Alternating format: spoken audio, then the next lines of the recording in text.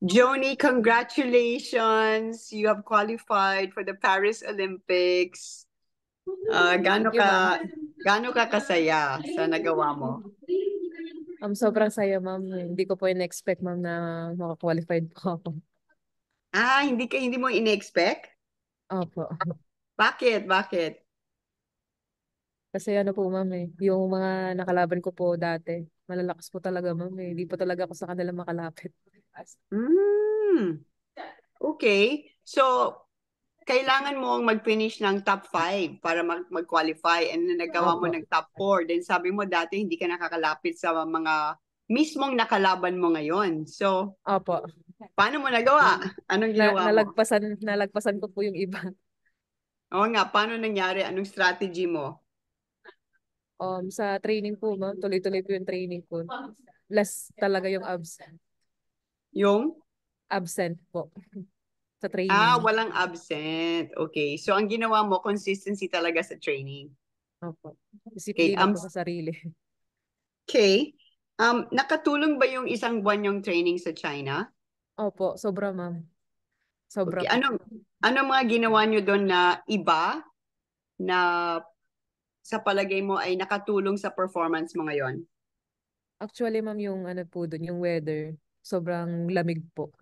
So, dito po kasi sa Korea, ma'am, malamig din yung weather niya, kaya di rin po ako masyadong nag-adjust talaga. Okay. Hindi po kagaya sa Pilipinas po, sobrang init. Hmm. Okay, so dahil sa lamig, mas nakakatagal ka. Opo, ma'am. So mas Tumaas, okay, go ma'am. ahead. Mas tumaas po yung endurance, ma'am, sa malamig na weather po. Mm. So para sa rowing pala, mas okay kung medyo malamig, no? Kasi hindi mo masyadong maramdaman yung burn sa Opo, yung sakit. sa pag-pull, no? Opo.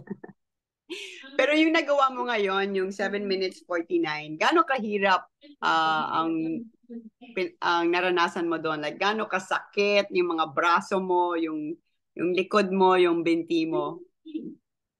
Ano po, sobrang sakit na talaga, ma'am, lalo na po nung last na, nasa dulo na, pa-finish line na. Doon na talaga, ang sakit na ng legs ko, lahat, yung hinga ko iba na, yung utak ko, iba-iba na yung pumapasok sa utak ko, ma'am. Wow, Grabe. last ilang meters Mga, yon. mga, naramdaman ko siya yung last 500 meters. Wow, ang tagal pa no, no? Mahaba pa. So anong nilagay mo sa isip mo para malagpasan mo yung lahat ng sakit na nadaramdaman mo? Like ano yung iniisip mo? Ano yung motivation mo at that point? Um, Inisip ko po yung mga pinagdaanan ko po, tsaka sa team. Um, Need ko mag top 5 talaga, ma'am, kasi need po talaga namin sa team N- namin Need na mas nyo makilala. para mas makilala. So I think this is the matagal nang hindi naka-qualify ang isang rower, no? Parang ikaw yung first na babaeng rower, no? Yes po. Ever sa Opo. Pilipinas. 1989 pa po. 1989 yung huli. Ay, wala pa po. 1989. Ngayon lang po. 2024. Galing, fantastic.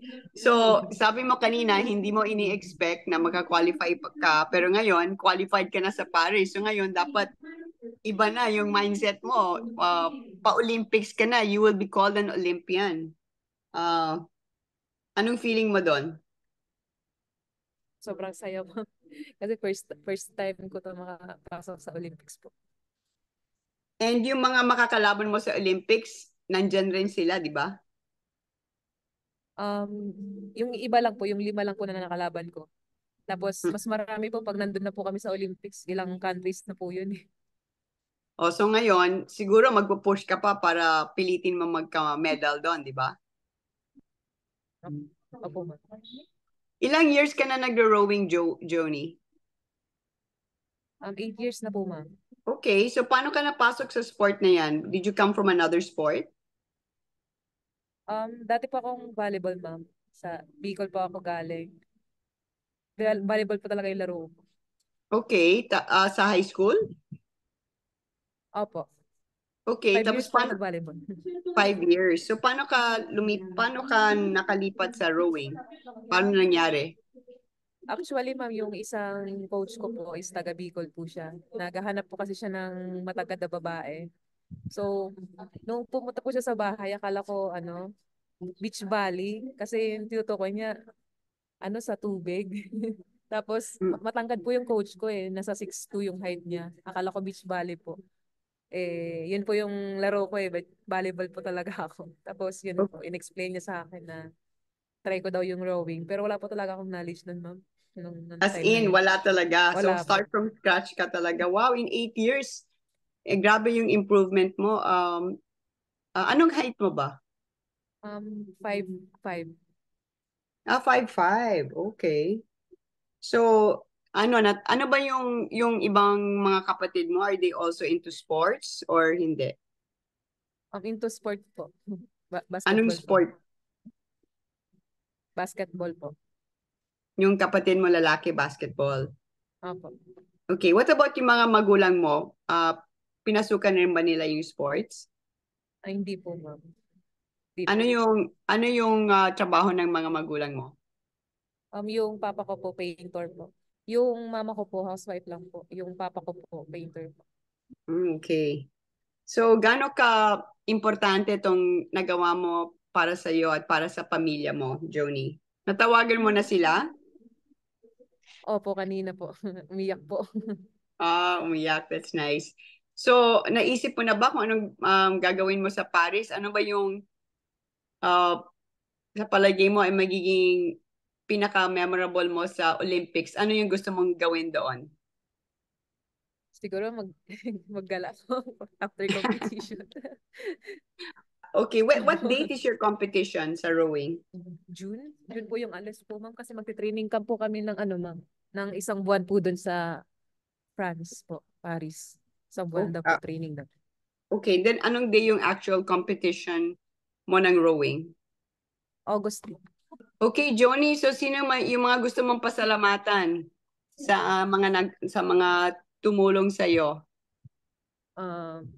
Pinapasalamatan ko po yung Philippine Sports Commission, Philippine Olympic Committee, Philippine Mhm. Rowing Association, and kay Sir Patrick Gregorio po na support po sa team namin and sa mga coaches, teammates, and friends po, family ko po na nakagabay po sa akin palagi. Yun po. Nice. Nandiyan ba sila katabi mo? Hindi. Ilan kayo dyan? Yung iba po, ma'am, nasa baba po. Si EJ lang po yung kasama ko, ma'am.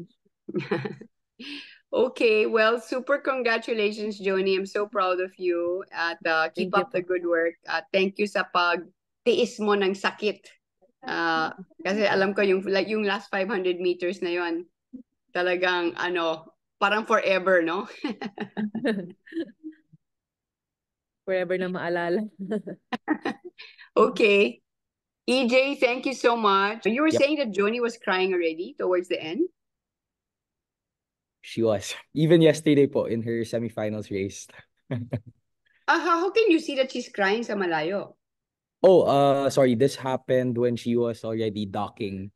So, nung patapos na po siya, na magda-dock na siya, she was already crying. And then when she went up the boat, she was crying and hugging everyone that was also going to her and congratulating her.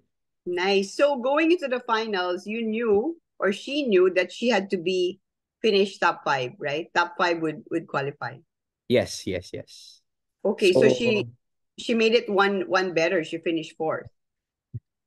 she finished 4th and ended up being ranked 3 because of some Olympic qualification rules concerning yung mga slots per countries. So makakasama mo as of now si Carlos Yulo, Aliyah Finnegan, EJ Obiena, then may isa pang gymnast nag-qualify just yesterday, si Levi Rubibar, and then the 3 weightlifters, the 3 boxers so far. Yun ang mga nag-qualify. So there's only about less than, I think ikaw yung pang 12, di ba? Di ba?